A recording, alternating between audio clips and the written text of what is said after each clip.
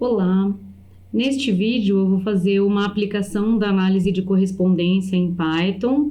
Então eu vou pegar um exemplo simples e vou fazer a análise de correspondência aqui de duas formas básicas, mas tem outras formas de fazer, tá? Eu vou usar esse pacote Prince, que faz análise de componentes principais e também análise de correspondência. Então, se vocês não tiverem, vocês instalem esse pacote aqui, tá? Eu estou usando essas duas fontes para o que está desenvolvido aqui em código, tá? Tem mais as duas fontes que eu falei lá na aula teórica, né? Na aula 12A, que são os livros do Johnson e Wickern e da Sueli Mingotti. Esta aplicação aqui diz respeito a uma análise textual, onde trechos de alguns autores são analisados pela frequência das letras. Então, tem 3 autores, para cada autor tem 3 trechos, e essas daqui são as letras que são analisadas, tá? Então, a ideia é, a partir da frequência das letras, eu consigo analisar quais são os autores mais similares ou não, né? Quais são os autores que usam mais determinada letra ou outra letra, tem similaridade entre os autores, né?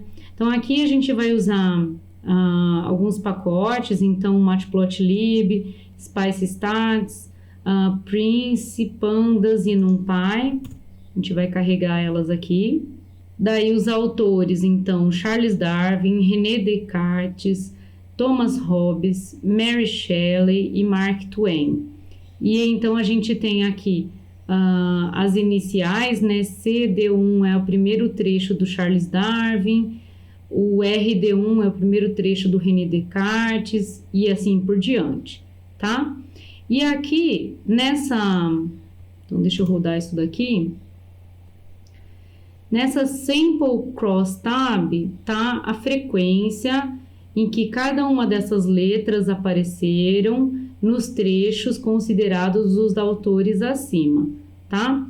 Então, aqui, ó, a gente tem 16 colunas e nós temos 15 linhas, tá? Então, cada linha representa um desses trechos aqui e cada coluna representa uma dessas 16 letras. Eu vou obter as coordenadas principais de duas formas diferentes aqui, uma delas usando o Sample Crosstab e outra eu coloquei esse Sample Crosstab em um data frame que vocês vão ver que dá para usar assim também, tá? Só que aí no data frame tá as frequências e não necessariamente assim que apareceria originalmente em um data frame, tá? Então aqui eu só estou simplesmente pegando essa matriz e colocando num data frame para fazer de outra forma daqui a pouco. Então, aqui, eu atribuí para o objeto data, esse data frame que tem, então, essa matriz aqui, sample crosstab.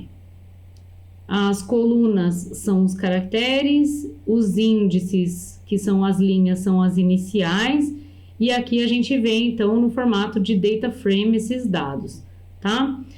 Na verdade, esse miolinho aqui é uma tabela de contingência, tá? Então, aqui, no primeiro trecho do Charles Darwin, a letra B apareceu 34 vezes, a letra C apareceu 37 vezes e assim por diante, tá? Então, esses dados aqui, eles são frequências.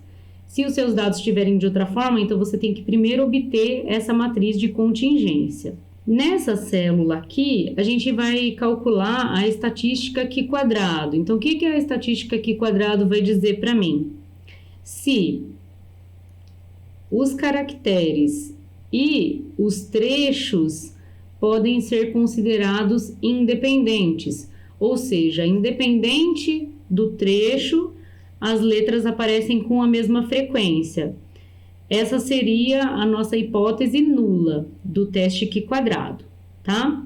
Então, aqui tem duas formas de fazer, depois vocês podem olhar com detalhes, tá? Uma delas é usando esse Q2, então seria o Q quadrado contingency, e aí você coloca o seu data frame, data, né?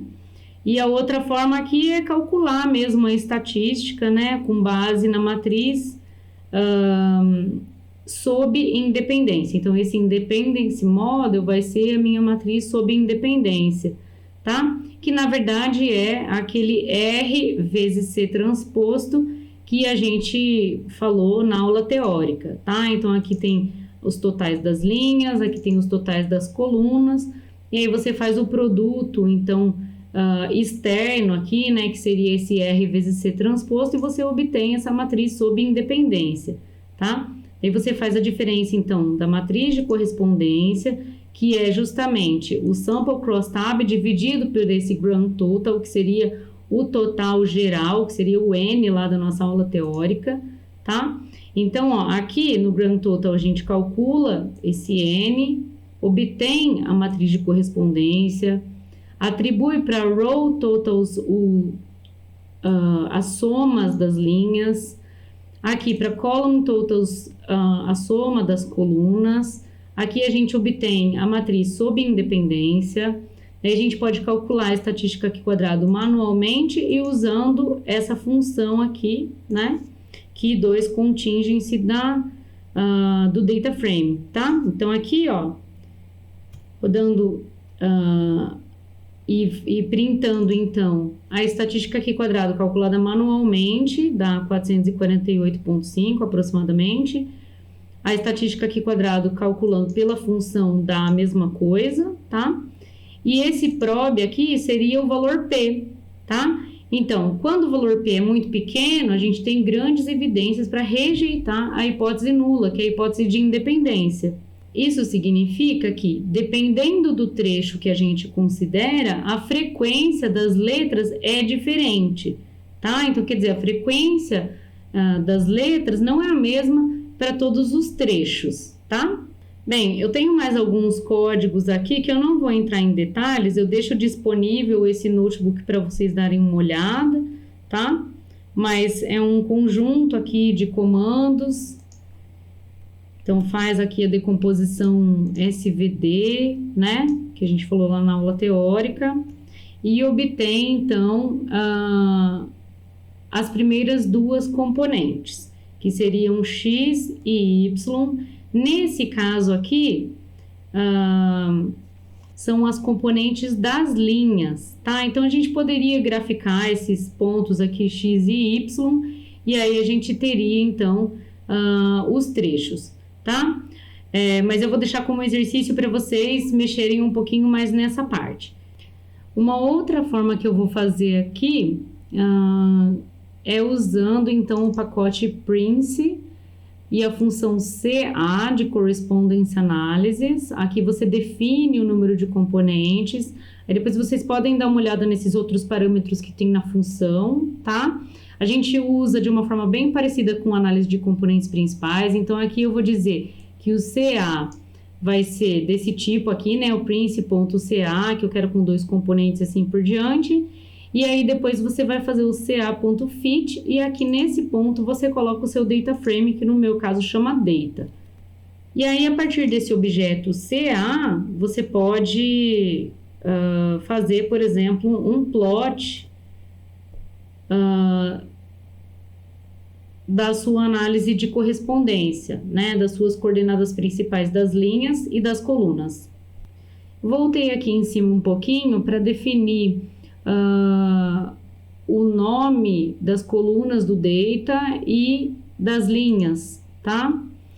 Então, as linhas são as iniciais. Cada linha a gente tinha um trecho de um autor. E nas colunas a gente tem os caracteres, tá? Então, eu rodo isso daqui de novo. E aí, quando eu fizer o plot de novo, então ele vai dizer aqui que em azul eu tenho as iniciais, tá? Então, aqui seria o primeiro trecho do Charles Darwin, o segundo, o terceiro, tá? E aqui, então, a gente tem as letras em laranja, tá? Então, a gente tem os caracteres em laranja. Como que a gente interpreta esse gráfico, tá? Então, aqui, ó, quanto mais distante da origem tiver os pontos, mais forte é a associação entre eles. Além disso, você vai olhar, então, por exemplo, aqui o Mark Twain, né? Então, os trechos do Mark Twain, eles estão todos aqui próximos, tá? E aparentemente, esse autor, ele tende a usar mais essas letras aqui, letra D, letra W, letra Y, L, tá? Se você pegar o Charles Darwin, por exemplo, você vê que os trechos dele, ó, estão próximos aqui, né? E que ele tende a usar mais essas letras aqui, B e C. E assim por diante, a gente poderia fazer análise para os outros autores, tá? Então, a análise de correspondência é uma técnica bastante interessante para você analisar dados em tabelas de contingência, né? Que são dados que contêm frequências de variáveis qualitativas. Aqui a gente fez para 2 variáveis, mas a gente poderia fazer para mais variáveis. Tem também uma técnica que é a análise de correspondência múltipla, que a gente não vai entrar aqui nesse curso, mas que vocês podem olhar também como exercício, tá? E aí, basicamente é isso. Então, essa é a última aula de aplicação em Python, né, do curso de análise multivariada e aprendizado não supervisionado. Claro que cada técnica que a gente falou aqui pode ser estudada de uma forma mais intensa, né? E aí vai de cada um de vocês. Quando vocês precisarem daquela análise, aí você pode investir um pouco mais de tempo, também olhando para a sua aplicação, né? Para saber o que você, até onde você consegue ir com aquela técnica, tá bom? É isso, então, até mais.